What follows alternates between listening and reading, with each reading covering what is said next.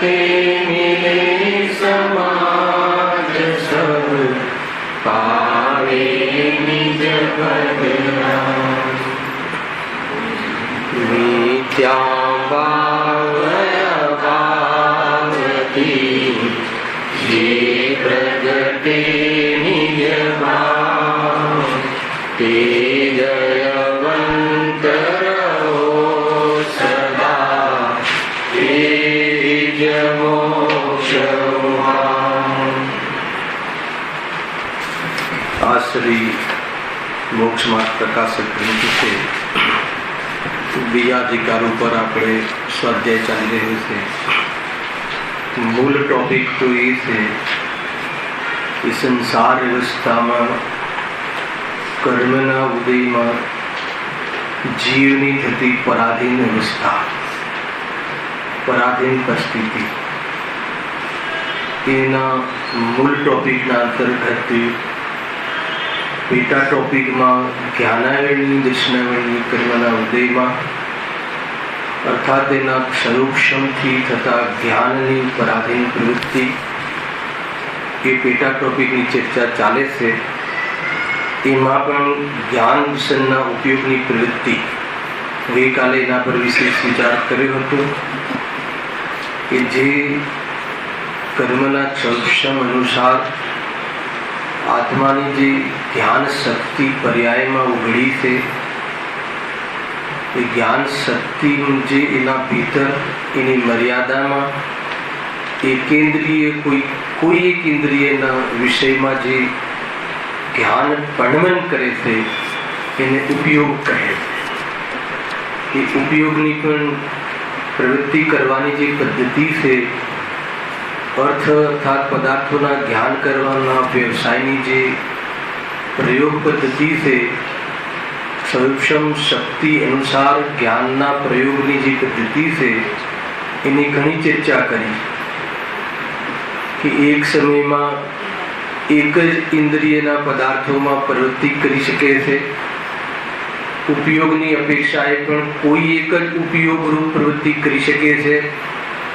ચાહે દર્શન ઉપયોગ ને જ્ઞાન ઉપયોગ, બે ઉપયોગ છે આપણી પાસે, તો કોઈ એક ઉપયોગમાં પ્રવૃત્તિ કરે છે. એક ઉપયોગના પણ એક ભેદમાં પ્રવૃત્તિ કરે છે.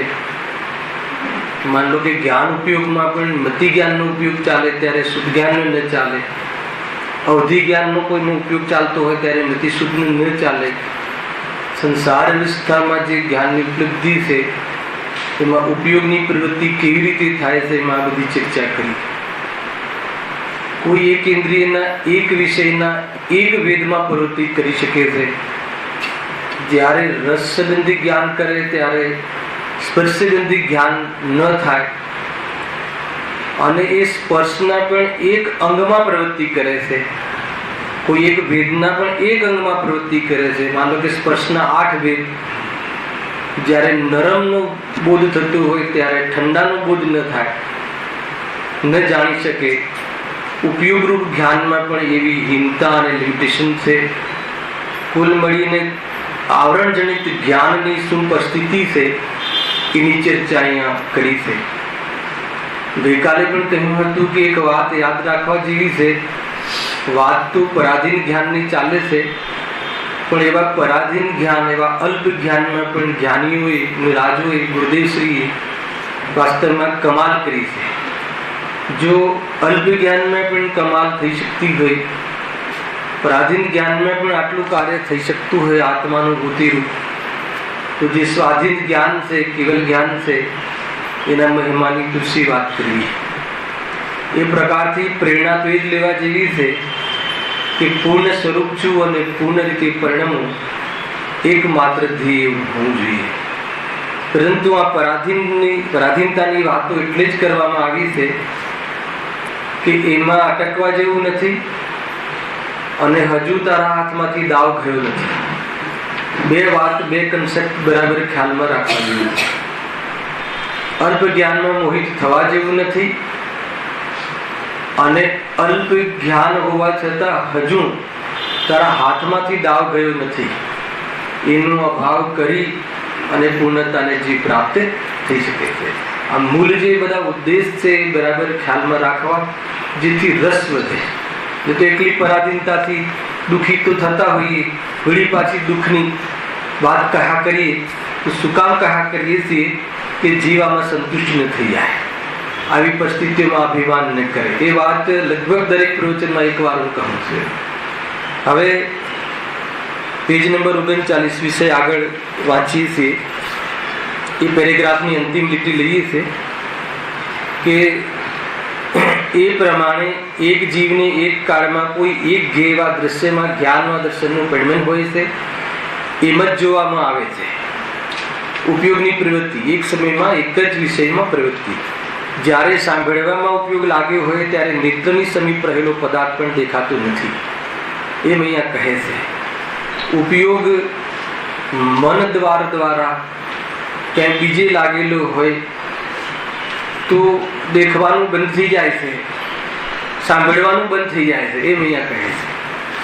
અર્થાત તો કર્ણ સંબંધી વિષયોનો બોધ થતો નથી.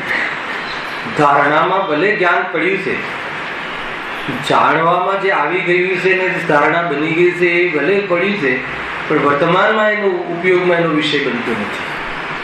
ખ્યાલ આવે છે? કેવું સ્વરૂપ છે. આપણે ઘરે રહીએ, આજે પ્રવચનમાં ન આવીએ, માન લો ધનેશભાઈ, તો અહીંયા જે ચાલવાનું છે એ સંબંધી જ્ઞાન થાય કે ન થાય. ફિઝિકલ ઘરે રહીએ એટલું નહીં સમજવું. અહીંયાથી આપણે ઘરે જતા રહીએ, અહીંયા બેઠા તો અહીંયા શબ્દ કાનમાં ટકરાવા છતાં સંભળાતું નથી, એવું ઉપયોગરૂપ જ્ઞાનની પરાધીનતા છે. સિમંદર ભગવાન અર્થાત અનંત તીર્થંકરો, અનંત કેવલી પરમાત્માઓ કોઈ પણ જગ્યાએ ઉપયોગ લઈ ગયા વગર હે ને સંપૂર્ણ જ્ઞાન પોતાની પર્યાયમાં કરે છે, કરી રહ્યા છે. ખરેખર તો પ્રગટ પર્યાયનો પણ મૂળ સ્વભાવ તો આ છે. પરંતુ સંસાર અવસ્થામાં આવરણ જનિત જ્ઞાનનું કેવું સ્વરૂપ છે કે એવું સ્વરૂપ છે. ખ્યાલ આવે? કોઈ વ્યક્તિને લિફ્ટ આપી અને મંદિરે ઉતારવાના છે એમ નક્કી કર્યું અને મંદિર આગળથી નીકળી જઈએ છીએ, આપણે ભૂલી જઈએ છીએ, એવું તો જ્ઞાન છે. બરાબર છે ને? એટલે કે એવું તો જ્ઞાન છે. એટલે આ જ્ઞાન આપણી શોભા નથી. ઉપયોગરૂપ જ્ઞાન ની પ્રવૃત્તિની ચર્ચા આપણે વિશેષ કરી. હવે આગળ વળી એ પરિણમનમાં શીઘ્રતા ઘણી છે. શીઘ્રતા એટલે અહીંયા શું? પલટવું. તેથી કોઈ વેળા એવું માની લે છે કે અનેક વિષયોનું ઉપયોગપદ જાણવું દેખવું પણ થાય છે. ખ્યાલ આવે? આ એક ટર્મ છે. જાણવું જરૂરી છે. પોતાના જ્ઞાનનું, વર્તમાન જ્ઞાનનું સ્વરૂપ છે શું છે અને ખરેખર જ્ઞાનનું સ્વરૂપ શું છે. ખરેખર ત્રિકાલ સ્વભાવનું સ્વરૂપ શું છે, છતાં આવું કેમ? आत्मानंत गुणों का धनी फिर भी पर्यायों में रुली। आत्मा अनंत गुणों धनी से पर्यायમાં કેમ આવો છે? જ્ઞાન સ્વભાવ તો પરિપૂર્ણ છે, અખંડ સ્વભાવ છે, પરંતુ પર્યાયમાં આવી દશા કેમ થઈ છે?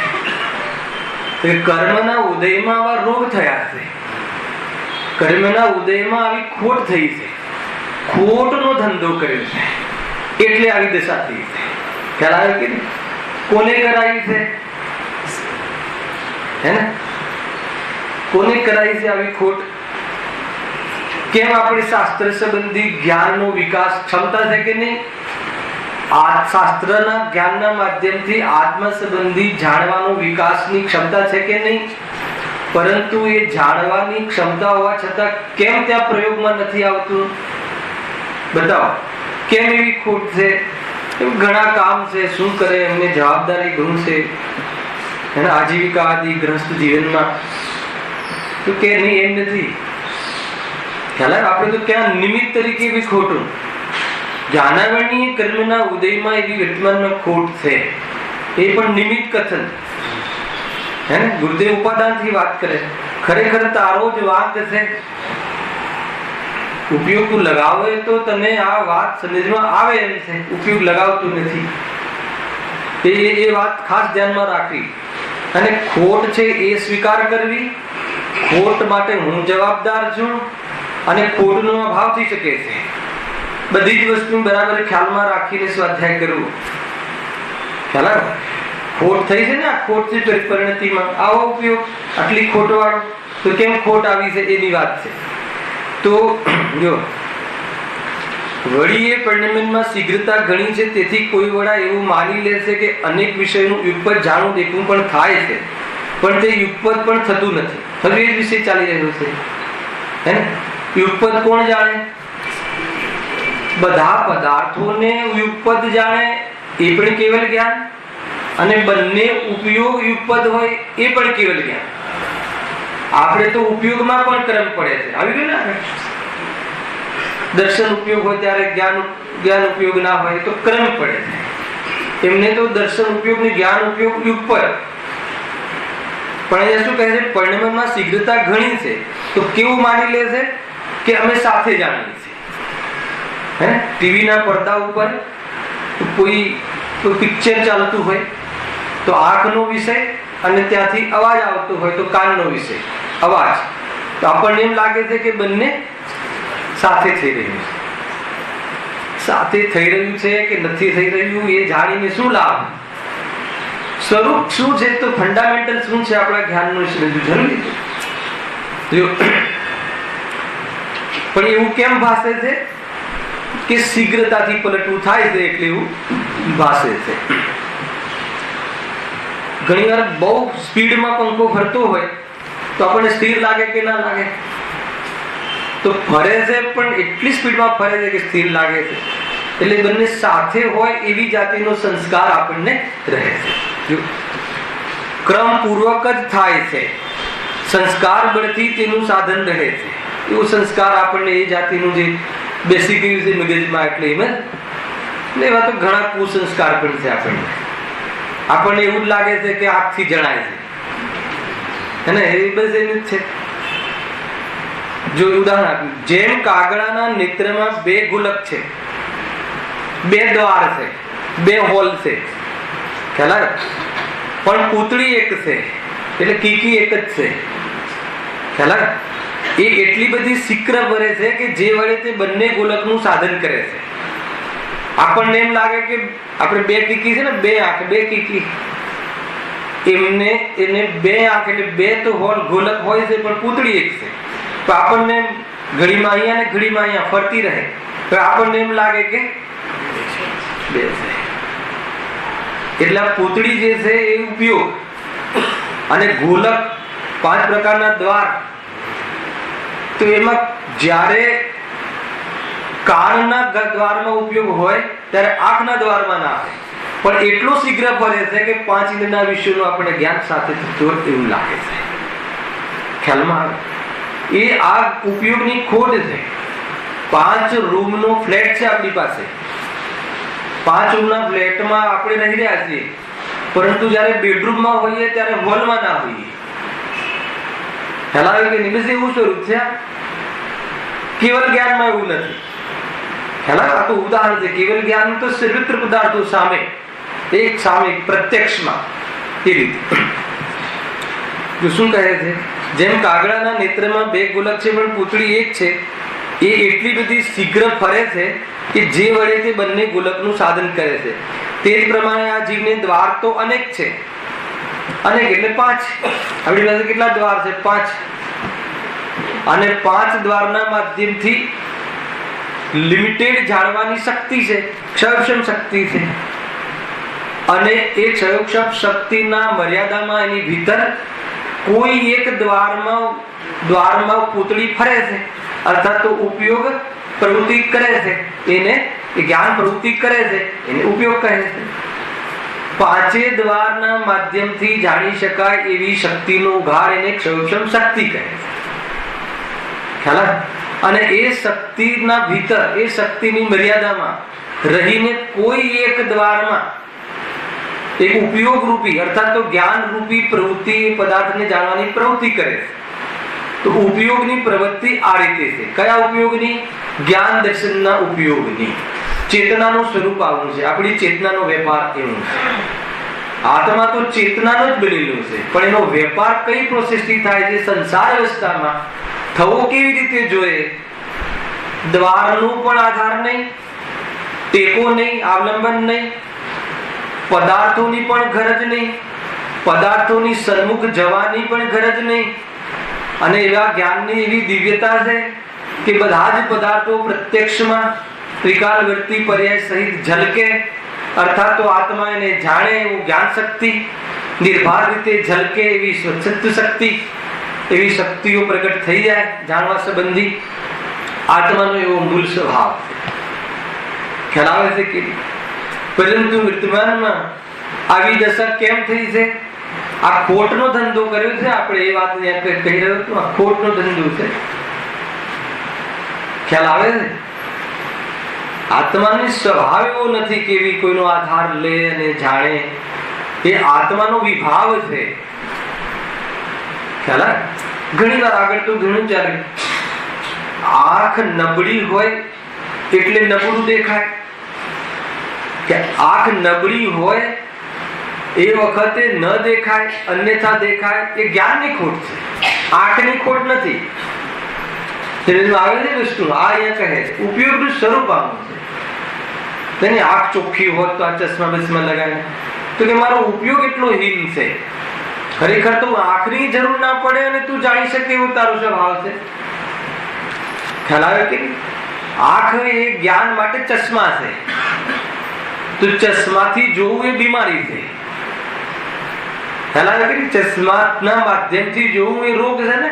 ડોક્ટર પાસે ગયા કે નહીં પ્રફુલભાઈ ચશ્મા, કેમ કે આંખમાં રોગ છે. તો આંખના ચશ્મા લીધા, આંખ રૂપી ચશ્મા ચક્ષુ, તો એના માધ્યમથી જોવું એ ખોટ છે. તો એ રીતે આ બધી ખોટના ધંધા આપણે કર્યા છે. આ રોગની ચર્ચા ચાલે છે. ખ્યાલ આવ્યો? મને તો એટલું જબરજસ્ત સંભળાય છે. એને 60 વર્ષ થયા, પરંતુ હું દૂર વાત થતી હોય ને તો પણ સાંભળી લો કે કોની વાત થાય છે, પછી જોડે આ બી લગાવે ના. ખ્યાલ આવે? એ જીવની કેવી દશા થાય છે. અને એ વખતે બી એ અશુદ્ધ જ્ઞાન છે. કોઈનો સંપર્ક, કોઈના સંયોગથી કાર્ય કરવું એ વાસ્તવમાં કમજોરીનું પ્રતીક છે, એ કહેવું છે. અને કોઈના માધ્યમથી પહેચાન આપવી એ વાસ્તવમાં આત્માની શોભા નથી. ખ્યાલ આવે? અને એમાં પણ સસરાના આધારે ઓળખાણ આપવી એ તો ઓર બદનામી છે. ખ્યાલ આવે કે ફલાણાનો પુત્ર છે ત્યાં સુધી તો ઠીક છે, પણ ફલાણાના જમાઈ છે. ખ્યાલ આવે? કેવી જાતની દશા થાય. ઇન્દ્રિય જ્ઞાનનું સ્વરૂપ આવું છે. જ્ઞાનને ઇન્દ્રિયોનું કહેવું, જ્ઞાનને પૂદગલનું કહેવું. અરે ઇન્દ્રિય તો માધ્યમ છે, કદાચિત કહી દો એને, પણ પૂદગલનું કહેવું ખ્યાલ આવે? અને કહેવાનું તો પ્રયોજન એટલું જ હતું કે એ વિષય એ સમયે વિષય બન્યો છે, પરંતુ જ્ઞાન તો જ્ઞાનનું છે. જો એ રહસ્ય ખ્યાલમાં આવી જાય તો અલ્પ જ્ઞાનમાં પણ પૂર્ણ જ્ઞાનની શ્રદ્ધા કરી લે. મૂળ વાત એ છે. અને શ્રદ્ધા કરી લે, વિશ્વાસ કરી લે ને ઉપયોગ અલ્પ જ્ઞાનની પ્રવૃત્તિથી નિવૃત્તિ લઈ લે. હે ને? શું બોલા 60 વર્ષ એટલે શું કરીએ છીએ આપણે? રિટાયર થઈ જાય, નિવૃત્ત થઈ જાય. તો આ જે વ્યક્તિ 60 વર્ષે નિવૃત્ત થઈ જાય, શું કામ નિવૃત્ત કરવામાં આવે છે ખબર છે? કે પોતાના માટે જીવો. કોઈના નિવૃત્તિનો, રિટાયરનો ખ્યાલ ના હોય તો કહી દઉં. 60 વર્ષે બી ગવર્મેન્ટ એટલી સજ્જન છે કે તમે ગવર્મેન્ટ માટે એટલો સમય આપ્યો, મતલબ અહીંયા કંપની માટે. હવે કમસે કમ તમે તમારા ફેમિલી સાથે જીવો, એની સાથે રહો. હવે એની સાથે રહે કે નથી રહેતો, કે ડબલ ધંધા કરે છે, એ બધી વાત જુદી. તો હવે રિટાયર થાવ, એમ અહીંયા રિટાયર થાવ એમ કહે છે. કેમ રિટાયર થાવ? કેમ કે ત્યાં કઈ પ્રાપ્ત ન થયું. વિશ્વાસ કરો કે ત્યાંથી જ્ઞાન નથી આવતું. જ્ઞાન તો જ્ઞાયકમાંથી આવે છે. જ્ઞાન તો જ્ઞાયકનું છે, જ્ઞાન તો આપણો સ્વભાવ રીતે વર્તે છે. એટલે એવા વિશ્વાસના કારણે બહારમાં ઉપયોગ નિવૃત્ત થયો, રિટાયર થઈ ગયો, બહુ વિધિથી રિટાયર થયો. પેલો તો હજુ થોડોક વધારે પગાર આપો તો 10 વર્ષ ખેંચી લઉં. અહીંયા તો રિટાયર થઈ ગયો એટલે પોતાની સમજથી, પોતાની નિર્ણયથી, પોતાના આગમના માધ્યમથી, શ્રદ્ધાથી રિટાયર થઈ ગયો. તો એ ઉપયોગ હવે ક્યાં પ્રવૃત્તિ કરશે? પોતાના સમાજમાં, પોતાના ગુણોના સમાજમાં ન્યાય આપશે અને એ સંબંધી ઉપયોગ ત્યાં રમશે. અને ત્યાં પોતાના ઘરે ઉપયોગ રમે, પોતાના ઘરમાં ઉપયોગ રમવામાં આકુરતા નથી આવતી. બીજાના ઘરમાં ઉપયોગ રમાઈએ તો આકુરતા, એ રીતની અહીંયા વાત છે. રમાવાની વાત છે, ઈચ્છા સહિત. જાણવાની વાત નથી, સ્થિરતાની વાત. નહીં તો જાણવાથી કોઈ આકુરતા થાય છે નહીં, ઘુસાડતા અહીંયા એ રીતે. હવે આ જ વાતને 2 પ્રશ્ન દ્વારા પૃષ્ઠ કરે છે, જબરજસ્ત રીતે પૃષ્ઠ કરે છે. બહુ મસ્ત અહીંયા હવે જેટલી પણ વાતો થઈ આપણી એની ચર્ચા પ્રશ્નના માધ્યમથી ફરીથી પંડિતજી એને આપણને ઓર ક્લિયર કરાવે છે. જો પ્રશ્ન, જો એક કાળમાં એક જ વિષયનું જાણવું દેખવું થાય છે તો ક્ષયોક્ષમ પણ એટલો જ થયો કહો? ઘણો થયો શા માટે કહો? આ ખ્યાલમાં આવે? પ્રશ્ન પહેલા ખ્યાલમાં આવવો જોઈએ કે એક કાળમાં એક જ વિષયનું જાણવું થયું. માની લો કે મારે આ માયિકનું જાણવું થયું તો માયિક જ્ઞાનાવરણીય કર્મનો ક્ષયોક્ષમ કહો. અત્યારે માની લો કે આ રૂમાલનું જાણવું થતું નથી તો એ સંબંધી તો આવરણ જ છે. ઉપયોગ રૂપમાં જેનું જાણવું થાય છે વર્તમાનમાં, જે મારા જ્ઞાનમાં ઝલકી રહ્યું છે અથવા હું જેને જાણી રહ્યો છું એ સંબંધી ઉઘાડ કહો, એ સંબંધી તો ક્ષયોક્ષમ કહો. ઘણો ક્ષયોક્ષમ છે એમ શું કામ કહો? હે ને? કે વાત ક્યાંથી ચાલી હતી કે ક્ષયોક્ષમ તો ઘણો છે. ઘણોમાં કેટલો લીધો હતો? 5 ઇન્દ્રિય સંબંધી, 5 ઇન્દ્રિય સંબંધી પદાર્થોને જાણવાનો ક્ષયોક્ષમ શક્તિ ખુલી છે. અને વર્તમાનમાં પાછું એક ઇન્દ્રિય સંબંધી જ જ્ઞાનમાં વર્તી રહ્યું છે એટલું જ જણાય છે. તમે એમ કહો છો કે જ્યારે હું કાનથી સાંભળું છું અથવા એ સંબંધી જ્ઞાન કરું છું ત્યારે આંખ સંબંધી પદાર્થોનું જાણવું થતું નથી, તો પછી તમે ક્ષયોક્ષમ એટલો જ કહો ને? ઘણો ક્ષયોક્ષમ છે એમ કેમ કહો છો? જ્યારે હું ઇતિહાસ સંબંધી જ્ઞાનનું અત્યારે મારું જ્ઞાનમાં જાણવાનું કામ થઈ રહ્યું છે ત્યારે મને ભૂગોળ સંબંધી જ્ઞાન નથી તો એને આવરણ કહો ને? એનો પણ ક્ષયોક્ષમ છે, એની પણ શક્તિ છે એમ શું કામ કહો છો? પ્રશ્ન ખ્યાલમાં આવ્યો કે નહીં? ઘણો ક્ષયોક્ષમ શું કામ કહો છો? અહીંયા એમ કહે, એટલે જો અહીંયા આવ્યો પ્રશ્ન કે એક છે એક પર્યાયગત યોગ્યતા અને એક છે તત્સમયની યોગ્યતા. આ 2 ભેદ આવ્યા. પર્યાયગત યોગ્યતા કેટલી છે આપણી?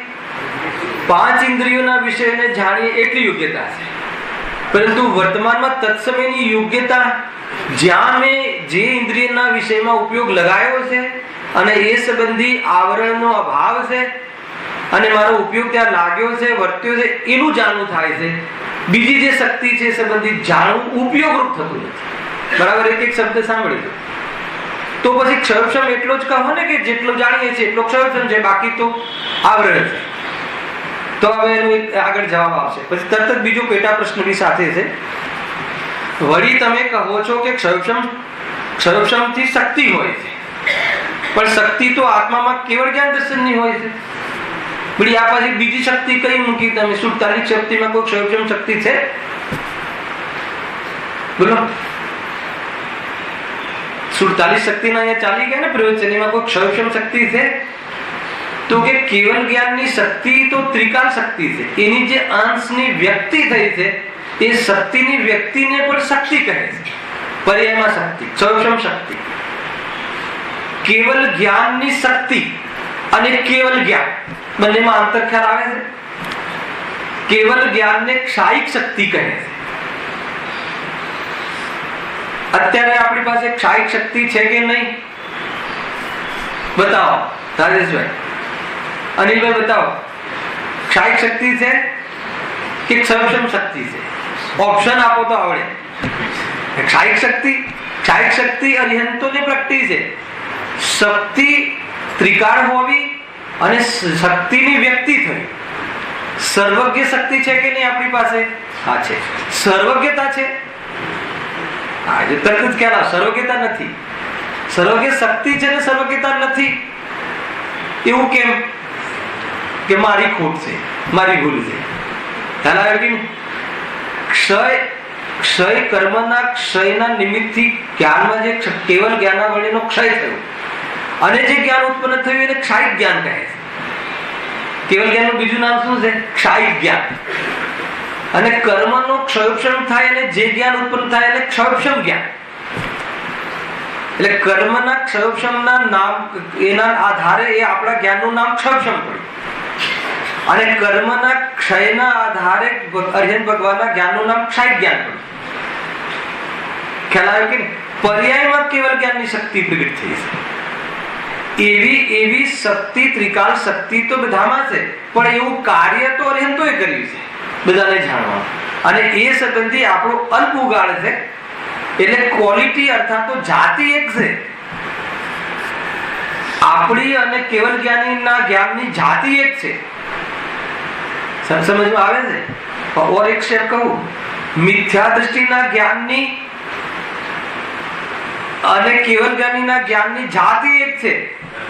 સુખમાં અંતર એટલા માટે છે કે એનું મિથ્યા દૃષ્ટિ છે, પણ જ્ઞાનમાં ખ્યાલ આવે છે. દર્પણ આવડું હોય એમાં ઝલકવાની પદ્ધતિ અને દર્પણ મોટું હોય એમાં ઝલકવાની પદ્ધતિ, પ્રોસેસમાં શું અંતર? તો આપણું થોડું જ્ઞાન છે, એમનું પૂર્ણ જ્ઞાન છે, પણ એમાં જે પ્રોસેસ છે એમાં શું અંતર છે? ખ્યાલ? કર્મની ઓરથી એ જ જ્ઞાનના વિશેષમાં જે અંતર પડે છે, પ્રત્યક્ષ પરોક્ષ આદિ એ જુદું પાસ. પણ જે જ્ઞાન જાણું સામાન્ય જ્ઞાન, પર્યાયની વાત કરું છું, જ્ઞાન ગુણ નહીં. જ્ઞાન ગુણ તો બધામાં સમાન જ છે, પણ જાણવું પણ સમાન છે. એ પર્યાયનું સામાન્ય છે. અને એ જાણવામાં ઓછું જાણવું, વધારે જાણવું, અવલંબન લઈને જાણવું એનું વિશેષ છે. એ વિશેષમાં અંતર છે. અને વિશેષમાં કેમ અંતર છે? તો કે કર્મ નિમિત્તથી. અને કર્મ નિમિત્ત કેમ બન્યા? કોને બોલાવ્યા તો આવ્યા? તો કે મેં બોલાવ્યા. હે ને? અહીંયા તો એ રીતે મેં બોલાવ્યા, સ્વયં આવ્યા એ સ્વરૂપ છે. પણ આમંત્રણ મેં આપ્યું છે, અર્થાત મારા ભાવનું નિમિત્ત પણ બન્યું છે. આ આખું આપણો ફોટો છે. કોનો ફોટો છે? આ સંસારી જીવનો ફોટો છે. આજે ગુરુદેવ કહેતા હતા ને, નઈની વાત કહેતા હતા કે આ કયા આત્માની વાત છે? આવ્યું હતું ને? આ જે પૂદગલ સહિત આત્મા છે, તો આ કયા આત્માની વાત છે? આ વ્યવહારના આત્માની વાત છે. અંતિમ કથન હતું આજના પ્રવચન. તમે સાંભળો એક વસ્તુ. હે હા, ભૂતાર્થ. હા, એ શબ્દ વાપરેલો કે આ તો અભૂતાર્થ આત્માની વાત છે, ભૂતાર્થ આત્માની વાત નથી. કોઈ એવો અભૂતાર્થ આત્મા હોઈ શકે? ગજબ છે. મને એ વખત વિકલ્પ આવ્યો. અભૂતાર્થ કોઈ અભૂતાર્થ એટલે અસત્યાર્થ, જૂઠો આત્મા, નથી આત્મા, નથી એવો આત્મા. તો કેવો નથી? ત્રિકાલ સત છે એવો નથી, ત્રિકાલ સાચું છે એવું નથી. આ મનુષ્યપણું તો જૂઠું છે, આ જૂઠો આત્મા છે. આપણે કહીએ કે મનુષ્ય જીવ છું, તો કે જૂઠ છે. કેમ? ક્ષણિક અપેક્ષા એ સત્ય છે, પરંતુ હું મનુષ્ય રૂપ હોઉં તો ફિર મનુષ્ય પણ ક્યારે પણ જવું ના જોઈએ, એટલે એવું સત્ય નથી. ખ્યાલ આવે? એવી વાત કરી હતી. તો આ એ રીતે આત્માની ખોટ છે. ગજબની ચર્ચા છે. જો તો ક્ષયોપશમ શક્તિ હોય છે, વળી તમે કહો છો કે ક્ષયોપશમ થી શક્તિ હોય છે, એટલે કર્મના ક્ષયોપશમમાંથી એક ક્ષયોપશમ નામની શક્તિ અર્થાત તો ક્ષયોપશમ રૂપ શક્તિનો ઉઘાડ થાય. એટલી શક્તિ તમારે પ્રગટ થઈ. એ વળી કેવી શક્તિ? બીજી એક શક્તિ તો કેવળ જ્ઞાનની શક્તિ તો સાંભળી હતી. બે પ્રશ્ન થયા. પહેલો પ્રશ્ન કદાચ ધારણામાં ન પણ હોઈ શકે. આ બે પ્રશ્ન કર્યા ને, તો પહેલો પ્રશ્ન કયો હતો? છે ધારણામાં? ઉપયોગમાં કયો પ્રશ્ન ચાલી રહ્યો હતો? અહીંયા જ પ્રયોગ કરો ને. બીજો ચાલી રહ્યો હતો. તો ધારણામાં હવે પહેલો હતો એ છે કે નહીં? અવગ્રહ થઈને છૂટી ગયું હતું, ઈ હાથે છૂટી ગયું હતું, અવાય થઈને છૂટી ગયું હતું. ખ્યાલ? ઘણી વાર ઈ હા સુધી જ્ઞાન પ્રવર્તે, પછી જ્ઞાન છૂટી જાય, ત્યાંથી સંપર્ક છોડી દે, તો ધારણામાં ના બેસે. ઘણા બધા બાબા પોર્શન છે. આપણે બધા જવાબો અહીંયા છે. એમને કેમ યાદ નથી રહેતું, શું નથી, કેમ નથી, તો આ બધું અગ્રહ, ઈહા, અવાય, ધારણા, આ પ્રોસેસ પછી જ્ઞાન ફિક્સ થઈ જાય છે કે આ છે. પછી હિતકારી કે અહિતકારી વાળું શુદ્ધ જ્ઞાન પાછું એમાં લગાવે તો ના, બીજે લગાવે તો બીજે લાગે. બીજે કેમ લગાવ્યું, તું બીજે લગાવે એટલે બીજે લાગે. અહીંયા એ વાત છે. એના કારણે લગાવ્યું, વાત જૂઠી. આ ગુરુદેવે આપણને આ બરાબર એકદમ એકલો ગુણ આપ્યો કે ભૂલ છે. તને બીજા તું ત્યાં લગાવે, ત્યાં લગાવે, અહીંયા લગાવો, અહીંયા લગાવે. અહીંયા બેસીને બી તારે બીજે લગાવવું હોય તો તું ફ્રી છે એમ કહે છે. ફ્રી છે કે નહીં? અહીંયા બેસીને બી આપણે બીજે જ્ઞાન લગાવવું હોય, મૂડી તારી છે તારે જ્યાં લગાવી હોય ત્યાં, ખોટના ધંધામાં લગાવી દે કે પ્રોફિટના ધંધામાં, એ તારા ઉપર છે.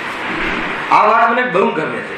કેમ કે આ વાત આપણા ઉપર આવી ગઈ, આપણી જવાબદારી છે. આપણા સમ્યક દર્શન માટે આપણે જવાબદાર છે. બીજા કોઈને દોષ નહીં દેવો, બીજા કોઈનું રાહ ન જોવી, હે ને? કોઈની રાહ જોવી પડે એવું દ્રવ્યનો સ્વભાવ નથી. પલટવા માટે, બદલવા માટે ને કાયમી રહેવા માટે. આ બે સીધા ઉદ્ધાર. જ્ઞાનીઓ તો ઘણું કહી ગયા છે, પણ આપણે મતિ જ્ઞાનનો વિષય બનાવ્યો નથી. કદાચ મતિ જ્ઞાનનો વિષય તો કેમ નથી બનાવ્યો છે. અરે હમણાં અહીં એવા જીવ બેઠા છે કે કયા પાના પર કયા નંબરમાં બધું કહી દે, આ નંબરનો બોલ, તો કે જ્ઞાન તો જ્ઞાન મતિ જ્ઞાન એ ધારણામાં કરી લીધું. એ ધારણા એટલે યાદ શક્તિમાં રહ્યું, ધારણામાં લીધું કે આ વાત આવી છે, હું ધારણામાં લીધું, પણ આ વાત મારી છે એ શુદ્ધ જ્ઞાન ન ચલાય. ખ્યાલ આવ્યો ને? આત્મા આનંદ ગુણનો પિંડ છે, પાક્કું થઈ ગયું છે. એ ધારણા મતિ જ્ઞાન, આવો હું છું એ શુદ્ધ જ્ઞાન. ખ્યાલમાં આવે છે કે નહીં? તો શુદ્ધ જ્ઞાન તો હજી તકલીફ આપતો જ નથી. અને એ જરા બરાબર રહે તો ક્યારેક કામમાં આવશે. કેવલ જ્ઞાન પછી તો આ જરૂર નહીં, આનો ઉપયોગ કરે તો કેવલ જ્ઞાન આવશે. ગુરુદેવ કહે ને શુદ્ધ જ્ઞાન કેવલ જ્ઞાન ને પોકારે. એ બધા કથનોના સાર સમજો એમાં જ નથી, ખાલી ડાયલોગ બાજી નથી, એમાં બહુ રહસ્ય છે. પેલો પ્રશ્ન શું હતો અહીંયા? એ હતો કે જો એક કાળમાં એક જ વિષયનું જાણવું દેખવું થાય તો ક્ષયોક્ષમ પણ એટલો જ થયો કહો ને. ઘણો શા માટે કહો છો? આગળનું પેરેગ્રાફ ચાલો ને કે ભાઈ ક્ષયોક્ષમ તો ઘણો છે, શક્તિ એટલી ને એટલી રહે. જો એ લીટી તમને વકાડો, વળી જો પહેલી 3 લીટી, જ્યારે ક્ષયોક્ષમ થોડો હોય ત્યારે જ્ઞાન દર્શનની શક્તિ પણ થોડી હોય, તથા જ્યારે ઘણો હોય ત્યારે ઘણી હોય. ઘણો ક્ષયોક્ષમ હોય તો ઘણી શક્તિ હોય. હવે બદલાવી વાત, વળી ક્ષયોક્ષમથી શક્તિ તો એવી જ બની રહે, પણ પરિણમન દ્વારા એક જીવને એક કાળમાં કોઈ એક જ વિષયનું જાણવું દેખવું થાય. તો જે એક જ વિષયનું જાણવું દેખવું થાય છે એટલો જ ક્ષયોક્ષમ કહો ને. ઘણો ક્ષયોક્ષમ થયો છે એ વાત શું કામ લગાવો છો? પ્રશ્નાર્થ. જે વસ્તુ જાણવું થયું એનું ઉઘાડ કહો ને. ઉઘાડ તો ઘણો છે. જ્યારે તમે એમ કહો છો તો ઉઘાડ ઘણો છે, તો ઘણું ઉપયોગમાં પણ જાણવું બનવું જોઈએ ને. એક જ નું જાણવું કેમ કહો છો? અને એક જ નું જાણવું કહો છો તો પછી ઘણો ઉઘાડ થયો છે એ વાત તમે નહીં કહો. પ્રશ્ન ખ્યાલમાં આવ્યો હે ને? ગુરુદેવ શ્રી એક પ્રશ્ન માટે એક પ્રવચન લેતા, આખું પ્રવચન પ્રશ્ન સમજાવે. એક પ્રશ્ન જ ખબર ના હોય તો, જેને પ્રશ્ન જ ના હોય તો મારે સુખી થવું છે ને, પહેલા એને પ્રશ્ન પેદા કરાવવો પડે કે તારે સુખી થવું છે. શું જ્ઞાનીની કરુણા છે! હલાવે કે નહીં? પ્રશ્ન તો થવો જોઈએ કે મારે સુખી થવું છે, કેમ નથી થતું? પ્રાપ્ત પર્યાયમાં તન્મય છે, અમે તો મજામાં છીએ. કોઈ પૂછે તો કાગળમાં પણ લખે અમે તો મજામાં છીએ, તમે પણ ત્યાં મજામાં હશો. બસ હમણાં થોડું છોકરો નપાસ થયો છે એની ચિંતા છે. અરે મજામાં છીએ ને પછી ચિંતા છે? કેટલી ફોર્માલિટી ખોટી, બરાબર કે નહીં? એવું તો આ જીવનો વ્યવહાર પણ કેટલો જુઠ્ઠો છે. એવું શરૂ છે. હવે જવાબ બહુ જ જબરજસ્ત જવાબ છે. જેમ કોઈ પુરુષને ઘણા ગામોમાં ગમન કરવાની શક્તિ તો છે, પણ તેને કોઈએ રોક્યો અને કહ્યું કે આ 5 ગામોમાં જાઓ, અને તે પણ એક દિવસમાં કોઈ એક જ ગામમાં જાઓ. આ ઉદાહરણ, આ જવાબ છે. ખ્યાલ આવે છે? જેમ કોઈ પુરુષને ઘણા ગામોમાં ગમન કરવાની શક્તિ તો છે, એટલે કોઈ પુરુષને બધા જ દેશોમાં જવાની શક્તિ, કેપેસિટી બધું તો છે, પરંતુ પોલીસે કહી દીધું કે તમારે આ 5 દેશથી બહાર જવાનું નથી. ખ્યાલ આવે? કોઈએ રોક્યો કોણે રોક્યો? પાચન ઇન્દ્રિયના વિષયોને જાણવાનું એટલું લિમિટેશન કોઈ રોક્યો? કર્મએ રોક્યો. એવો અપરાધ કર્યો કે ગવર્મેન્ટે આપણો પાસપોર્ટ લઈ લીધો કે અમને ખબર છે કે તમે બધે ઉડી શકો છો, પણ તમારે હવે આટલું જ ઉડવાનું છે, એને આટલું જ ફરવાનું છે, 5 ગામથી વધારે બહાર જવાનું નથી. રોક્યો. એટલે શક્તિ તો ઘણી છે, ત્રિકાલ શક્તિ તો ઘણી છે, પણ વર્તમાનમાં તમારી એ શક્તિમાં આટલો જ અધિકાર છે. કેમ અધિકાર છે? કે તમે કોઈ અપરાધ કર્યો છે એટલા લિમિટેશન છે, સાથે લેતા રહેજો. અને 5 ગામોમાંથી પણ એક ગામમાં ગમન કરો, એ ઉપયોગ. 5 ગામમાંથી કોઈ એક ગામમાં જ ગમન કરો એ ઉપયોગ. અને 5 ગામમાં ગમન કરવાનો અધિકાર પ્રાપ્ત થયો, એટલો અધિકાર પ્રાપ્ત થયો, એટલી ક્ષમતા મળી, એટલું સામર્થ્ય કહ્યું, એ આપણી સક્ષમ શક્તિ. અને ખરેખર શક્તિ કેટલી? તો કે બધા ગામોમાં જવાની. આ ઉદાહરણ ખ્યાલમાં આવે છે કે નહીં? બધી એ ધારા પર અહીં આગળ ચાલવાનું. જો હવે પુરુષમાં દ્રવ્ય અપેક્ષાએ ઘણા ગામોમાં જવાની શક્તિ તો છે. હજુ ઉદાહરણને ઓર વિશ્લેષણ કરે છે. પુરુષમાં અથવા એ વ્યક્તિમાં દ્રવ્ય અપેક્ષા એટલું સામર્થ્ય તો ઘણું પડ્યું છે, પણ અન્ય કાળમાં તેનું સામર્થ્ય થશે. બરાબર, બની શકે કે પછી અપરાધનું શું કહેવાય, એનું ફળ, અપરાધનો જે દંડ એ ભોગવી લે અને અપરાધ ન કરે તો પછી છૂટ આપવામાં આવે કે બધે જાઓ. એટલે કોઈ કાળમાં સામર્થ્ય પ્રગટ થશે. કોઈ કાળમાં એટલે ક્યારે? જ્યારે જે અપરાધ કર્યો છે આપણને જ્ઞાન સ્વભાવી શાશ્વત માને નથી, હે ને, આગમના માધ્યમથી ત્યાં તો દંડ ભોગવવાની વાત છે, તો દંડ તો આપણે ભોગવી જ રહ્યા છીએ. દંડ ભોગવીને પાછો અપરાધ ન કરે, બે વસ્તુ સમજજો. દંડ તો આપણે ભોગવી જ રહ્યા છીએ, અને વળી પાછો નવો અપરાધ ન કરે, વળી પાછો પોતાના સ્વભાવનો અનાદર ન કરે. જાણવાનું જ્ઞાનથી, જ્ઞાનમાંથી જ થાય છે, પરથી નથી થતું. પરથી થાય છે મારું જ્ઞાન અને આનંદ. એ સૌથી મોટો અપરાધ છે, વ્યભિચાર છે. બીજાની પર વસ્તુ પર દ્રષ્ટિ નાખવી નામ વ્યભિચાર. લોકમાં પણ બીજાની પત્ની પર દ્રષ્ટિ કરવી એને વ્યભિચાર કહે. તો અહીંયા પણ આપણી વસ્તુ નથી ને બીજાની વસ્તુ પર દ્રષ્ટિ કરવી, મારી છે, મારા કામની છે, તો વ્યભિચાર. તો એવા વ્યભિચાર, એવા અપરાધનું ફળ આવ્યું. આ બહુ અપરાધનું ફળ છે. અને અપરાધ જે છે, અપરાધ ન ભાસે તો ચૈતન્ય દબાઈ જાય, શક્તિ દબાઈ જાય. તમે કોઈ અપરાધ કર્યો હોય તો જીવ એટલો ભયમાં રહે છે કે સ્વાધીનતા અને સ્વતંત્રતાનો સ્વાદ લેવા માટે ચેતના નિર્જીવ થઈ જાય છે, ચેતના ડાઉન થઈ જાય છે. પણ તમે ભલે ને ઉદયમાં કંઈ પણ આવ્યું હોય, કંઈ પણ ઉદયમાં પણ તમે ગુનો જ ના કર્યો હોય તો ઉદયગત ભલે ક્યાંય પણ જવાનું થાય, પણ ચેતનામાં મસ્ત રહે. તમે કોઈ ગુનો ના કર્યો હોય પણ પૂર્વની કોઈ અપેક્ષ પ્રકૃતિનો ઉદય આવ્યો હોય અને તમને કોઈ બદનામ કરે, પણ તમે ગુનો કર્યો જ ના હોય તો તમે તો મજામાં છો ને.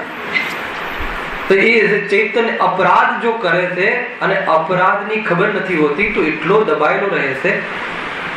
કોઈ પાપ કરીએ તો ગવર્મેન્ટથી દબવું પડે, પાપ જ ના કરીએ તો, ખોટા ધંધા કરીએ તો ગવર્મેન્ટથી દબવું પડે, ડરવું પડે. તો કરીએ તો અપરાધથી ચૈતન્ય ઉભો થતો નથી. અપરાધ મટે તો ચૈતન્ય શક્તિ એવી ખીલે છે કે અપરાધ એને અડતો નથી. દુનિયાનું કોઈ કર્મ એની સામે એનું કઈ બગાડી શકતું નથી, નિમિત્ત તરીકે પણ રહેતું નથી, બગાડી તો આમ પણ નથી શકતું.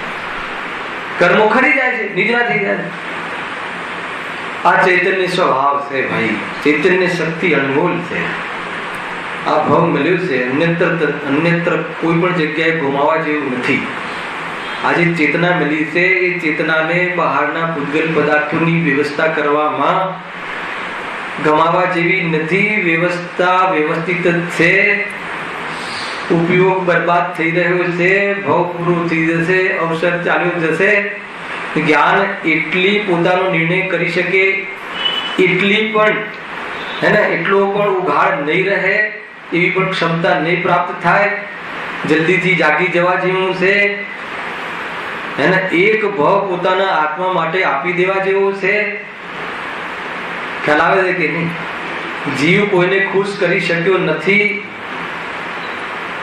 કેટલો મોટો પહાડ, પોતે જ પહાડ જેવી અને પહાડ જેવી એક પ્રકારથી જે પદ્ધતિ, પહાડ જેવું દુઃખ જે છે પોતે જ માથે ઓઢે છે. પહાડ જેવી આપત્તિ પોતે જ માથે લે છે અને પોતે દુખી જાય છે કે હું આને સુખી રાખું. એટલી મોટી પહાડ જેવી આપત્તિ માથે લીધી છે. કોઈ સુખી એક દીકરો કે એક પત્ની પોતાની પત્નીને કોઈ એક ક્ષણ માટે સુખી કરી શક્યો હોય તો કહો. હે ને? એ બસ દુખી ને દુખી જ હોય, સંભવ નથી. અને જવાબદારી લઈ લઈએ આપણે કે હું તને સુખી કરી દઈશ. પોતે સુખી થઈશ એમ નહીં, તને સુખી કરીશ અને તને સુખી કરીને હું સુખી થઈશ. કેટલું બધું પરાવલંબન, ક્યાં મેળ પડવાનો છે. અને એમાં શું ગમાવે છે ખબર છે? અવસર ગમાવે છે.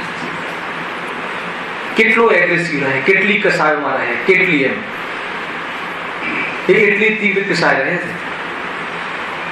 તો ભણવા જેવું ને, તીવ્ર કસાયમાં તો જે સાંસારિક સુખ છે ને એ નથી ભોગવી શકતો, ઠીકથી ખાઈ નથી શકતો, ઠીકથી ઊંઘી શકતો નથી. સાંસારિક સુખ જે માને છે એ પણ, હે ને? વાત ઠીક હે કે નહીં? કરોડના કમાવાની પાછળ પૂતગલથી હું સુખી થઈશ એ ભ્રમ એટલી મોટી આપત્તિ માથે લીધી છે. આ જીવે આપત્તિ તને કોણે ઓઢી છે? સ્વયં અંદરમાં મલકાય છે કે હું કરું છું બરાબર, આના માટે કરું છું. એ પેલો જીવ ચાહતો પણ નથી તારા માટે.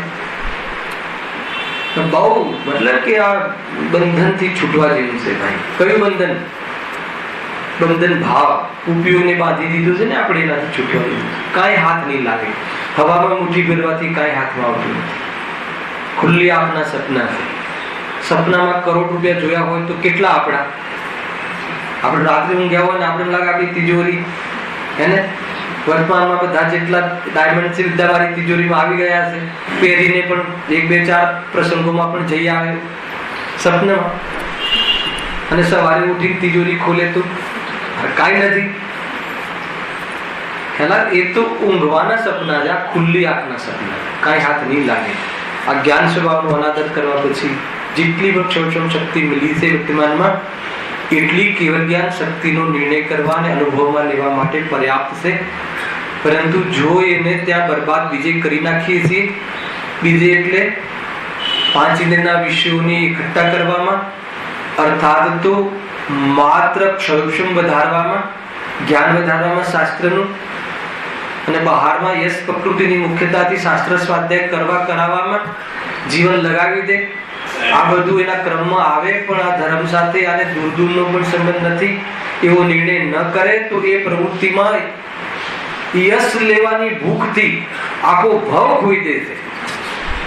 એક ભવ તો પ્રભુભાઈ આપી દેવો, જે થવું એ થાય, જેનું જે થવું એ થાય, જેનું જે થવું એ થાય. એ તમને ખ્યાલ આવે છે? કોઈમાં કાંઈ થતું જ નથી. બીજું જે થવાનું હોય એ જ થાય છે. જે થવાનું હોય થાય છે. નોટ ખબર છે? ચેતનમાં ચેતના જ થાય છે અને જડમાં જડપણું જ થાય છે. કોઈમાં બીજું કાંઈ થતું જ નથી. બતાવો ખ્યાલ? આ વાત સમજવા જેવી છે. હું ક્યાં કરું છું? હું કરવાનું જ નથી. એનું કામ કરવું જ ના જોઈએ. એ દ્વેષની વાત નથી. કોણ કોનું કરી શકે છે? બોલો, કોણ કોનું કરી શકે છે? આ ટોનમાં નથી. કોઈમાં કોઈની કરવાની જરૂર નથી. એ ટોન છે, એ લેવલથી જવાનું છે. નહીં તો આમ ઘરમાં કઈ છે ને, કોઈ કઈ બધે નહીં, કોઈ આપણું કોણ કોનું કરી શકે? કોઈ કોઈનું કરતું નથી. જવા દો, આપણને ખ્યાલ છે. એ તો દ્વેષ કર્યો તે. દ્વેષની વાત નથી. કોણ કોનું કરે? કેમ કે કોનામાં કોઈ ચીજ કરવાની કોને જરૂરત છે? બધી થઈ રહી છે. એના આધારથી જે ઉપયોગ નિવૃત્ત થાય. નહીં તો દુનિયામાં જીવ લાગેલો રહે છે. અને કેટલા આપણે મતલબ 24 કલાકમાં કેટલી મિનિટ પોતાના માટે મેં અહીંયા કહે શક્તિ છે કે નહીં છે? તો એ શક્તિ પ્રમાણે એનો શક્તિનો પ્રયોગ છે કે નહીં? શક્તિનો પ્રયોગ યથાર્થ પ્રયોગ કરી રહ્યા છે કે નહીં? જે જાણવાનો અને જે લક્ષણ, જે સાધન મળ્યું છે એનાથી નિર્ણય કરવાનો, આત્માનો નિર્ણય કરવાનો, એ નિર્ણય કરવાનો કે આ પર્યાયનું સ્વરૂપ આટલી ખોટ વાળું છે, મારું આવું સ્વરૂપ નથી. એ રીતે પર્યાયની ખોટમાં પણ હિંતાનો અનુભવ નહીં કરવો. સ્વરૂપને જોઈને ખ્યાલ આવે છે કે નહીં? આખું એક બેલેન્સ છે આ બધું, બરાબર શાંતિથી વિચાર કરવા જેવો છે. નહીં તો શું થશે? તમે જે કરવા માંગો છો એ તો નહીં જ થાય, ગેરંટી. આપણે જે કરવા માંગીએ છીએ તો નહીં જ થાય. આપણે મુંબઈની કેટલીક ભૂમિ, કેટલીક જમીન આપણી કરવા માંગીએ છીએ તો નહીં જ થાય, ખ્યાલ આવ્યો? અને એને લઈને કોઈને ખુશ કરવા માંગીએ છીએ એ તો ખુશ નહીં જ થાય. બતાવો, અત્યારથી રિઝલ્ટ કહી દઉં છું તમને. તમે ઉપયોગ ત્યાં લઈ જવો કે ત્યાં આપણે વાપરવો કે ન વાપરવો, ખ્યાલ આવ્યો કે નહીં? મુનિ માર્ગ છે ભાઈ, જંગલનો માર્ગ છે. કપડા અને ક્ષેત્ર અને બહારનો આકાશમાં આત્મા રહેતો જ નથી. આત્મા પોતાના અસંખ્યાત પ્રદેશોમાં રહે છે. કયા ક્ષેત્રને આપણું કરીને અહીંયા શું લઈ લેવું છે 5-20 વર્ષ માટે? ખ્યાલ આવ્યો કે નહીં? કોઈનું સબ બંગલામાંથી નીકળે કે કોઈનું 100 ફૂટના રૂમમાંથી નીકળે, ફરક શું પડી જાય? માટીમાં મળવામાં ફરક શું પડી જાય? ઉપયોગ બગાડવા જેવો નથી. ઉદયોને રોકવા કે ન રોકવા એની વાત નથી. ઉપયોગ એટલે ત્યાં શ્રદ્ધા કરી લેવા જેવી છે કે આમાં આત્માનું કાંઈ નથી. એ નિર્ણય કરી અને આ આત્માની અનુભૂતિને પ્રાયોરિટીમાં રાખીને શાંત ચિત્તથી નિર્વિકલ્પ રહેવાનો પુરુષાર્થ કરવો એ યોગ્ય છે, સમજવા જેવું છે. નહીં તો અમૂલ્ય સમય જઈ રહ્યો છે. એ મેં કહેવું છે. અહીંયા વાત આવી ને ભાઈ ક્ષોભક્ષમ શક્તિ તો છે, અપરાધ કર્યો છે એટલે લિમિટેશન. શક્તિ તો ઘણી છે, પરંતુ તમને આદેશ આપવામાં આવ્યો કે તમારે 5 ગામોમાં જવાનું છે એટલે તમને લિમિટ કરાવી દીધી. એટલે શક્તિ તો આત્માની ઘણી છે. એ લખ્યું ને દ્રવ્ય અપેક્ષાએ ઘણા ગામોમાં જવાની શક્તિ તો છે. અન્ય કાળમાં તેનું સામર્થ્ય થશે. જો પાછું વિશ્વાસ, અન્ય કાળમાં સામર્થ્ય થશે. ક્યારે થશે? જ્યારે ગવર્મેન્ટ, અર્થાત જ્યારે એ ગવર્મેન્ટ આપણા પરથી એ જે આપણને આદેશ આપેલો છે ઉઠાઈ લેશે ત્યારે. પણ ક્યારે ઉઠાવશે? ત્યાં તો બધા સંયોગના આધીન છે. અહીંયા ક્યારે પ્રગટ શક્તિ, એ સામર્થ્ય પુરવાર ક્યારે પ્રગટ થશે? ત્યાંથી આ વાત નીકળી હતી આટલી બધી કે તું પોતાનો અનાદર નહીં કરે અને વર્તમાનમાં પૂર્વ કર્મની ખોટ તને વર્તાઈ જ રહી છે. ખ્યાલ આવ્યો? જાણવાની લિમિટેશન વાળી તને પર્યાય પ્રાપ્ત થઈ છે, પણ લિમિટેશનમાં પણ તું યોગ્ય કાર્ય કરી લઈશ તો એ સામર્થ્ય પૂરું પ્રગટ થશે. સંપૂર્ણ જાણવાનો જે કેવલ જ્ઞાનનો સ્વભાવ, કઈ કોલેજમાં જવાથી જ્ઞાન વધે? આપણે જ્ઞાન વધારવા ક્યાં જઈએ છીએ? કોલેજોમાં. અહીંયા કહે છે જ્ઞાન વધારવા ક્યાં જવું? તો કે આત્મામાં. કેમ કે જ્ઞાન ક્યાંથી આવે? જ્યાંથી હોય ત્યાંથી આવે. તો જ્ઞાન ક્યાં છે? સરળ છે ને. બાળબોધ ભાગ 1નું છે આ બધું. સમયસાર કહો કે બાળબોધ ભાગ 1 કહો, એક જ છે કે નહીં? એ રીતે બી ભણવાની જરૂર છે. કોઈ વાર બેસજો બાળકોના ક્લાસમાં, બહુ મજા આવે. એટલી સુંદર સાદી ભાષામાં આપણને સમયસારમાં જે અહીંયા ગુરુદેવ કહે છે વાત, પણ એમાં આપણી ભાષામાં, બાળકની ભાષામાં છે. હા, પણ તે વર્તમાન સામર્થ્યરૂપ નથી. વર્તમાન તો કેટલે આવે? હવે તે પુરુષમાં દ્રવ્ય અપેક્ષાએ ઘણા ગામોમાં જવાની શક્તિ તો છે. અન્ય કાળમાં તેનું સામર્થ્ય થશે, પણ તે વર્તમાન સામર્થ્યરૂપ નથી. પણ વર્તમાનમાં તે એ બધું જાણી શકે એવું સામર્થ્ય નથી. તો આગળ કહે છે કેવું સામર્થ્ય છે? વર્તમાનમાં તો 5 ગામોથી અધિક ગામોમાં તે ગમન કરી શકતો નથી. કેમ કરી શકતો નથી? આગળ કહ્યું ને, કોઈએ રોક્યો છે એમ કહ્યું. વળી 5 ગામોમાં જવાની સામર્થ્યરૂપ શક્તિ વર્તમાન પર્યાય અપેક્ષાએ છે. આ શક્તિને પણ પરિણમન રૂપ કહ્યું. પ્રફુલભાઈ પકડવા આવે છે. ક્ષોભક્ષમ શક્તિ પણ પરિણમન છે. ત્રિકાલ શક્તિ તો પરિણમતી જ નથી, પરંતુ જે ક્ષોભક્ષમ થયો, ઉગાડ થયો, એ શક્તિની વ્યક્તિ એ પણ એક પરિણમન છે. એ મોટી યોગ્યતા, પર્યાયગત યોગ્યતા. એ લખ્યું ને, વર્તમાનમાં તો 5 ગામોમાંથી અધિક ગામોમાં તે ગમન કરી શકતો નથી. પણ વળી 5 ગામોમાં જવાની સામર્થ્યરૂપ શક્તિ વર્તમાનમાં પર્યાય અપેક્ષાએ છે. 5 ગામમાં આ શક્તિ, કઈ શક્તિ? પર્યાયમાં શક્તિ. પર્યાયમાં 5 ગામ જવાની શક્તિ તો છે, એટલે પાંચેન્દ્રના વિષયોને જાણવાની શક્તિ તો છે, વર્તમાનમાં અક્ષરક્ષમ શક્તિ છે, તેથી તે તેટલામાં જ ગમન કરી શકે છે. પછી આમ પાછું એમાં લિમિટેશન, એટલા વાત નહીં તમે કહો અમને કર્મ દેખાડો, કર્મથી કર્મ છે તો કર્મ બતાડો, તો કે તારા જ્ઞાનની અક્ષરક્ષમ શક્તિમાં કર્મમાંથી શુદ્ધ જ્ઞાનની કર્મને જાણવાની શક્તિ નથી, અને તું કર્મ જાણવાનો પ્રયાસ કરીશ તો નહીં જાણે, શક્તિ જ નથી. આત્માને જાણવાની શક્તિ છે કે નહીં, તો કે છે. કોને? વર્તમાનમાં આપણી પર્યાયમાં શક્તિ છે. કોને નથી? કોને નથી? એકેન્દ્રિયથી લઈને અસંગી પંચેન્દ્રિય સુધી પર્યાયમાં શક્તિ નથી. પર્યાયમાં નથી, વસ્તુમાં તો છે. જો વસ્તુમાં ના હોત તો આપણે પર્યાયમાં પણ ના આવત. ખ્યાલમાં આવે? આપણે પણ પર્યાયમાં નથી. ક્યારે નથી? ક્યાંથી આવ્યા? અને બધા જીવો ક્યાંથી આવે છે? નિગોદમાંથી આવે છે. જેટલા પણ જીવો, જેટલા તીર્થંકરો થઈ ગયા ક્યાંથી આવ્યા? નિગોદમાંથી. નિગોદમાંથી આવ્યા હતા, એટલી જ્ઞાન શક્તિ પરિણામમાં બિડાઈ ગઈ હતી અને પૂર્ણ પ્રગટ થઈ ગઈ. એટલે વસ્તુમાં તો છે અને હતી ને રહેશે, પણ પર્યાયમાં નથી. આપણે અવસર નથી, એટલે આપણે ચિંતા કરવાની. આપણે અવસર છે પૂર્ણ પ્રાપ્ત કરવાની. તેથી તેટલામાં જ ગમન કરી શકે છે. અને ગમન કરવાની વ્યક્તતા એક દિવસમાં એક ગામની જ હોય. કેટલી વાતો કહી, ફરતી વાંચું છું. વર્તમાનમાં તો 5 ગામોથી અધિક ગામોમાં તે ગમન કરી શકતો નથી. આગળ લીટીથી હવે તે પુરુષમાં દ્રવ્ય અપેક્ષાએ ઘણા ગામોમાં જવાની શક્તિ તો છે, અન્ય કાળમાં તેનું સામર્થ્ય થશે. આ કઈ શક્તિની વાત છે? આત્મા સાથે સરખાવો, ભલે પછી લીધું છે, આપણે અત્યારથી સરખાવો. કેવલ જ્ઞાન શક્તિ તો છે, સંપૂર્ણ જાણવાની શક્તિ તો છે, કોઈના આશ્રય લીધા વગર જાણવાની શક્તિ તો છે, આંખ વગર જાણવાની શક્તિ તો છે, સામર્થ્યરૂપ ત્રિકાલ શક્તિ તો છે. પણ આગળ શું કહે છે? અન્ય કોઈ કાળમાં તેનું સામર્થ્ય થશે, એટલે અન્ય કોઈ કાળમાં પ્રગટ થશે. આનંદ આવ્યો કે ના આવ્યો? અન્ય કોઈ કાળમાં આ પ્રગટ થશે.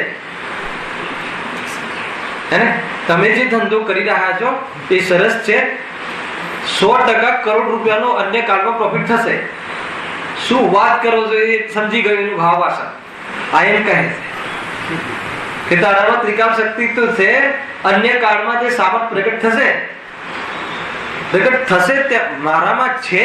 પેલા તો ત્યાંથી આનંદ સ્ટાર્ટ થવો જોઈએ, અને પ્રગટ થશે એટલે પ્રગટ કરી શકે છે ત્યાંથી આપણને પુરુષાર્થ પર વિશ્વાસ આવવો જોઈએ. અને જોડે જોડે આત્મબળ આપતો સ્વાધ્યાય તો એક પ્રકારની ઔપચારિકતા છે. સ્વાધ્યાય તો બાહ્ય વસ્તુ છે. અંતરંગમાં જે આત્મામાં આવી શક્તિ છે એનો ભાવ વાસ્તો જવો વાસ્તવમાં એ નિશ્ચય સ્વાધ્યાય છે. અંતરંગ તપ એ રીતનું હોય છે. ખ્યાલ આવે? અંતરોન્મુખ અંદરમાં આનંદ આવું આ બધી ખોટ નીકળી જાય. પણ તે વર્તમાન સામર્થ્યરૂપ નથી. એ પણ કહી દીધું કે વર્તમાનમાં એ પર્યાયમાં સામર્થ્ય નથી. ખ્યાલ આવે? હાલ પર્યાયમાં એ શક્તિ પર આવરણ છે, અને દ્રવ્યની શક્તિ પર તો આવરણ થતું જ નથી. આવરણ ક્યાં છે? પર્યાયમાં. આ ટોન ખ્યાલમાં આવે છે? પર્યાયમાં આવરણ જેમ કહ્યું એનો અર્થ કે દૂર થઈ શકે છે. જો શક્તિ પર આ દ્રવ્ય સ્વભાવમાં આવરણ આવી જાય તો પર્યાયમાં મલિનતા છે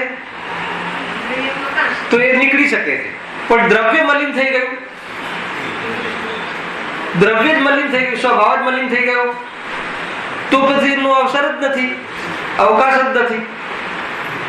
ખ્યાલ આવે છે કે નહીં? ઓર સ્થૂલ પર્યાય અપેક્ષાએ મનુષ્ય બન્યો છું. ખ્યાલ આવે? પણ હું દ્રવ્ય અપેક્ષાએ મનુષ્ય નથી થઈ ગયો. દ્રવ્ય સ્વભાવ મારો એ રીતે નથી, પણ આત્મા એ રીતે પરિણમી ગયો નથી. સ્વભાવ અપેક્ષા પર્યાયમાં એ રીતે યોગ થઈને એવી જાતિની સિચ્યુએશન બની છે. એનો અર્થ થઈ ગયો કે મનુષ્ય પણ તો જવાનું છે, ચિંતા કરવાની જરૂર નથી, ટકાવવા માટે ઉપયોગ બગાડવાની જરૂર નથી. એક બીજું કે એ જતું રહે છે એટલે તારું નથી. કેટલી પણ રીતે સમજવા જેવું છે. તો દ્રવ્ય સ્વભાવમાં તો પૂરું સામર્થ્ય છે. એ સાંભળીને આનંદ આવવો જોઈએ અને પર્યાયમાં અન્ય કાળે સામર્થ્ય રૂપ પ્રગટ થશે. ખ્યાલ આવ્યો? બધા ભગવાન છો ને ભગવાન થાઓ, આવીને બે લીટી. ભગવાન છો, ભગવાન સ્વરૂપ છીએ એટલે ભગવાન થવાના છે, નહીં તો ના થાય. એવી રીતે જો, પણ તે વર્તમાન સામર્થ્ય રૂપ નથી. પછી વર્તમાનનું સામર્થ્ય કેવું છે તો પછી બતાવો. વર્તમાનમાં તો 5 ગામોથી અધિક ગામોમાં તે ગમન કરી શકતો નથી. વર્તમાનમાં તો એટલું. કેમ નથી કરી શકતો? ઓર્ડર આપ્યો છે. કોને? કર્મોએ. કેમ આપ્યું છે? સરકારે અપરાધ કર્યો છે, તે ખોટું કામ કર્યું છે કે તારે આટલામાં આગળ જવાનું નથી. તું પ્રૂવ કર. હવે અપરાધ મટી ગયો છે, તું તારું પાસપોર્ટ પાછો આપી દે. વળી 5 ગામોમાં જવાની સામર્થ્યરૂપ શક્તિ વર્તમાનમાં પર્યાય અપેક્ષા. આ લીટી 5 ગામમાં જવાની જે છે શક્તિ પર્યાયમાં છે. પર્યાય અપેક્ષા એ શક્તિ પ્રગટ થઈ છે, પરિણમન થયું. પણ એ પરિણમન વ્યક્ત રૂપનું થયું છે, વર્તમાન રૂપ નથી, પ્રયોગ રૂપ નથી. વર્તમાનનું તો પાછું 5 ગામમાં એક સાથે નહીં જઈ શકે. એક ગામમાં એક સમયમાં એક ગામમાં ગમન કરશે, એવું સ્વરૂપ છે. તેથી તે તેટલામાં જ ગમન કરી શકે છે. અને ગમન કરવાની વ્યક્તતા એક દિવસમાં એક ગામની જ હોય છે. તેમ આ જીવને સર્વ દેખવા જાણવાની શક્તિ તો છે, પણ તેને કર્મએ રોક્યો. વાંચી લઉં છું. અને ક્ષરક્ષમ એટલો જ થયો કે સ્પર્શાદિક વિષયોને જાણો વા દેખો. અને 5 ઇન્દ્રિયના વિષયોને જાણવાની શક્તિ તો પેદા થઈ, પરંતુ એક કાળમાં કોઈ એકને જ જાણવા દેખો. પાછું એક સમયમાં ભલે શક્તિ થઈ, પણ એમાં બી ગમન તો એક જ શક્ય. એટલે આમાં 3 સ્ટેપ લીધા. તમે એમ સમજો કે શક્તિ તો અનંત છે, પણ વર્તમાનમાં સક્ષમ શક્તિ તો થોડી છે. આવી ગઈ ને? અને થોડી શક્તિ છે, પણ એ શક્તિ, બધી જ શક્તિ ઉપયોગમાં નથી લઈ શકતો. એટલે ઘણી શક્તિ અર્થાત અનંત શક્તિ હોવા છતાં થોડી શક્તિ ઉત્પન્ન થઈ છે. એટલે શક્તિમાં પણ લિમિટેશન, મારે એ બતાવું. અને લિમિટેશન શક્તિમાં પણ ઉપયોગ બધો એક સાથે કરી શકતો નથી. એટલે ઉપયોગ કરવામાં પણ લિમિટ. ખ્યાલ આવે શું કહું છું? ઉપયોગ કરવામાં પણ લિમિટ. શક્તિ પણ લિમિટેડ આવી છે અને ઉપયોગ પણ લિમિટેડ કરી શકીએ છીએ. તો એનો અર્થ એ થઈ ગયો કે આ પરાધીન જ્ઞાન છે. વાત ત્યાં લઈ આવી. એક સમયમાં એકને જાણે એટલી તો લિમિટ છે. અને સ્વભાવ કેવો છે? એક સમયમાં એકને નહીં, એક સમયમાં અનંત, એક સમયમાં અનંતને નહીં, અનંતની અનંતી પર્યાયો. એક સમયમાં એકની અનંતની અનંતી પર્યાયો નહીં, એ અનંતની અનંત ભૂત, અનંત વર્તમાન અને અનંતી ભવિષ્યની બધી એક સમયમાં જાણી શકે એવો આત્માનો સ્વભાવ છે. એક સમયની પર્યાયમાં આટલી તાકાત છે. અને આવી અનંતી પર્યાયો જેમાંથી આવે એવો ત્રિકાલ સ્વભાવ આપણી પાસે છે. તો પછી આપણી સાથે આવો વ્યવહાર કેમ થયો? હેલા કેમ થયો એનો જવાબ નેક્સ્ટ શનિવારે શોધી લાવો. સહજાનંદી શુદ્ધ અવિનાશી આત્મ સ્વરૂપ. સહજાનંદી શુદ્ધ સ્વરૂપી અવિનાશી